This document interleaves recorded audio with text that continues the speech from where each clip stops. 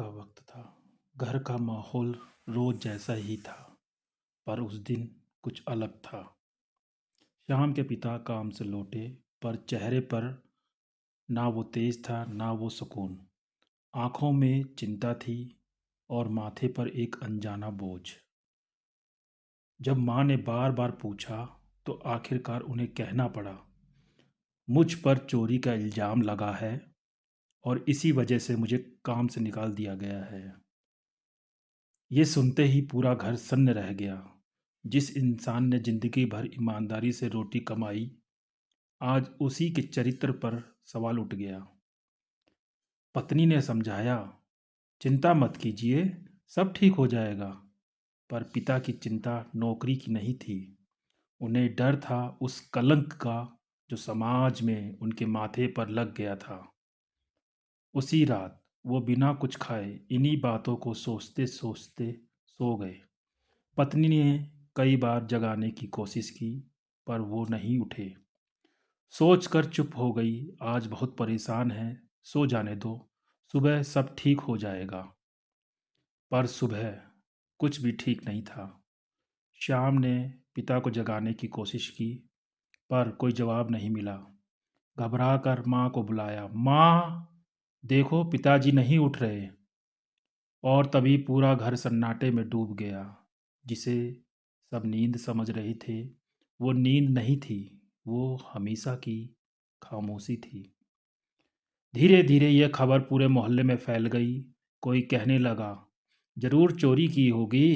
तो कोई बोला, नहीं, वो बहुत ईमानदार थे, शायद सदमा बर्दाश्त नहीं कर पाए। पर सच क्या था, ये कोई नहीं जानता था। अब श्याम के कंधे पर दोहरा बोझ आ चुका था। एक परिवार की जिम्मेदारी और दूसरा पिता के माथे पर लगे उस कलंक को धोने की जिम्मेदारी। पर श्याम कमजोर नहीं था, वो बुद्धिमान था, संवेदनशील था और सबसे बढ़कर साहसी था। उसने तय किया, मैं पढ़ाई भी करूंगा और परिवार का खर्च भी उठाऊंगा। दिन में वो स्कूल जाता, किताबों में भविष्य खोजता और रात को घर के किनारे एक छोटी सी कचौरी और सब्जी की दुकान लगाता। पीली बल्ब की रोशनी में थकी हुई आंखों के साथ, पर टूटे हुए हौसले के बिना। वक्त बीतता गया, श्याम बड़ा होता गया, पर हालात आसान नहीं हुए।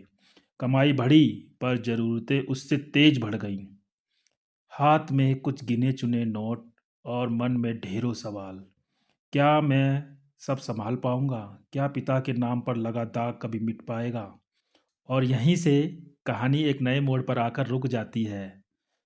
तो क्या श्याम अपनी जिम्मेदारियां निभा पाएगा? क्या वो अपने पिता के माथे का कलंक धो पाएगा? जानने के लिए कहानी का अगला भाग अगले वीडियो में देखिए। तब तक के लिए अपना ख्याल रखें और चैनल को यदि सब्सक्राइब नहीं किया है तो लाइक, शेयर और सब्सक्राइब ज़रूर कर दें।